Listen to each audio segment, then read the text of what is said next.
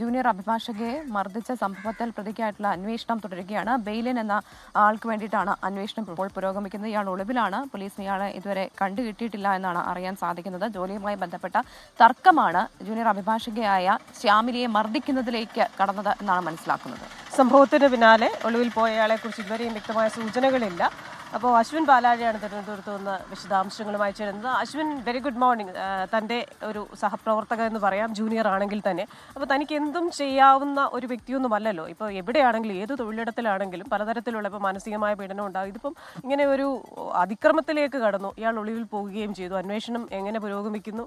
ഇയാളെ തിരിച്ചെത്തിക്കാനുള്ള ശ്രമങ്ങൾ ഏത് രീതിയിലാണ് നടക്കുന്നത്? Christina, Pravitha, very good morning. നമുക്കറിയാം ഇന്നലെ ഉച്ചയോടുകൂടിയാണ് ഈ ജോലിയുമായി ബന്ധപ്പെട്ട തർക്കം. ഈ ശ്യാമിലിയെ കഴിഞ്ഞ മാസം ജോലിയിൽ നിന്ന് പുറത്താക്കിയിരുന്നു. പിന്നീട് വീണ്ടും തിരിച്ചെടുക്കുകയും ചെയ്തു. എന്തിനാണ് അകാരണമായി പുറത്താക്കിയത് എന്നുള്ള കാര്യം ചോദിച്ചപ്പോഴാണ് ബെയിലിൻ ഈ ശ്യാമിലി എന്ന് പറയുന്ന യുവ അഭിഭാഷകയെ പലതവണ മർദ്ദിക്കുകയും മുഖത്തടിക്കുകയും ഒക്കെ ചെയ്തത്. ഇന്നലെ നമ്മൾ ആ കുട്ടിയുടെ മുഖമൊക്കെ കണ്ടതാണ്. അത്രത്തോളം ഗുരുതരമായ പരിക്കാണ് മുഖത്തേറ്റിരുന്നത്. എന്തായാലും ഇന്നലെ ആ സംഭവത്തിന് പിന്നാലെ ശ്യാമിലി ആദ്യം പോയത് വഞ്ചൂർ പോലീസ് സ്റ്റേഷനിലേക്കാണ്. അതിനുശേഷമാണ് ആശുപത്രിയിൽ പോലും പോകുന്നത്. പരാതി നൽകിയെങ്കിലും ആ സമയത്ത് ബാർ അസോസിയേഷൻ ഓഫീസിലുണ്ടായിരുന്ന ഈ അഭിഭാഷകനായ അഡ്വക്കേറ്റ് ബെയിലിൻ ദാസിനെ അറസ്റ്റ് ചെയ്യാൻ പോലീസ് അവിടെ എത്തിയപ്പോൾ ബാർ അസോസിയേഷൻ പോലീസിനെ ഇന്നലെ തടഞ്ഞിരുന്നു.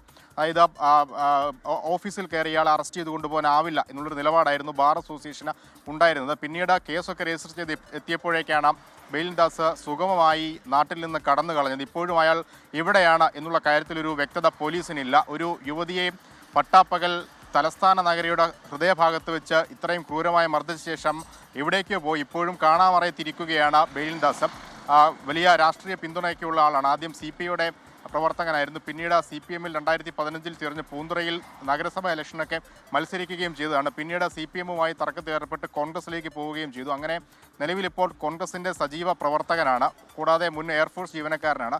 അങ്ങനെ വിവിധ തലങ്ങളിൽ സ്വാധീനമുള്ള ആളാണ്. പ്രത്യേകിച്ച് ബാർ അസോസിയേഷനും മുതിർന്ന അഭിഭാഷകരുമൊക്കെ വളരെ അടുത്ത ബന്ധമുണ്ട്. അതുകൊണ്ട് തന്നെ ഇത്തരത്തിൽ ഒളിവിൽ പോവുക, ഈ നിലവിൽ ജാമ്യമില്ലാ വകുപ്രകാരമാണ് കേസെടുത്തിരിക്കുന്നതെങ്കിലും അതുമായി ബന്ധപ്പെട്ട് നിയമ സഹായം തേടുക എന്നൊക്കെയുള്ള കാര്യങ്ങളിൽ ബെയിലിൻ ദാസിനെ സംബന്ധിച്ച് അത്ര വലിയ പാടുള്ള കാര്യമല്ല. എന്തായാലും പോലീസ് ഇയാൾക്ക് വേണ്ടിയുള്ള അന്വേഷണം ഊർജിതമാക്കിയിട്ടുണ്ട്. മുഖത്ത് അതീവ ഗുരുതരമായ പരിക്കാണ് ഈ ശ്യാമിലി കേട്ടിട്ടുള്ളത്. ഇന്നലെ ജനറൽ ആശുപത്രിയിൽ പ്രവേശിപ്പിച്ചു. വിദഗ്ധ ചികിത്സയ്ക്കായി തിരുവനന്തപുരം മെഡിക്കൽ കോളേജിലേക്ക് പോകണമെന്നാണ് പറഞ്ഞിട്ടുള്ളത്. 6 മാസം പ്രായമുള്ളൊരു കുട്ടിയുണ്ട്. അതുകൊണ്ട് രാത്രി ഇന്നലെ ആശുപത്രിയിലേക്ക് പോകൽ നടന്നില്ല. ഇന്ന് രാവിലെയോടുകൂടി മെഡിക്കൽ കോളേജിലേക്ക് ശ്യാമിലി പോകും. ക്രിസ്റ്റീന,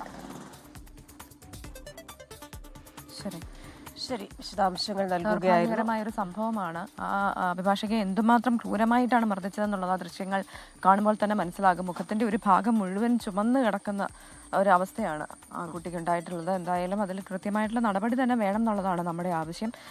ഇങ്ങനെ എന്തിന്റെ പേരിലാണെങ്കിലും ഇത്ര അധികം മർദ്ദിക്കേണ്ട ഒരു സാഹചര്യമൊന്നും അവിടെ ഇല്ല എന്നാണ് ആ കുട്ടി പറയുന്നത്. മർദ്ദനവും നല്ല പ്രവൃത്തി. നമ്മൾ തൊഴിലിടങ്ങളിൽ നടത്തുന്ന ഏതൊക്കെ തരത്തിൽ, ഇപ്പോൾ ഒരാളിന് എന്നെ എന്തിനാണ് പിരിച്ചുവിട്ടതെന്ന് ചെന്ന് ചോദിക്കേണ്ടി വരിക, അല്ലെങ്കിൽ എന്നെ എന്തിനാണ് ഒരു കാര്യത്തിൽ അവഗണിച്ചതെന്ന് ചോദിക്കേണ്ടി വരിക എന്ന് പറഞ്ഞു കഴിഞ്ഞാൽ അത് ഗുരുതരമായ പ്രശ്നമാണ്. അതൊരു തൊഴിലിടങ്ങളിലും ഉണ്ടാവാതിരിക്കട്ടെ.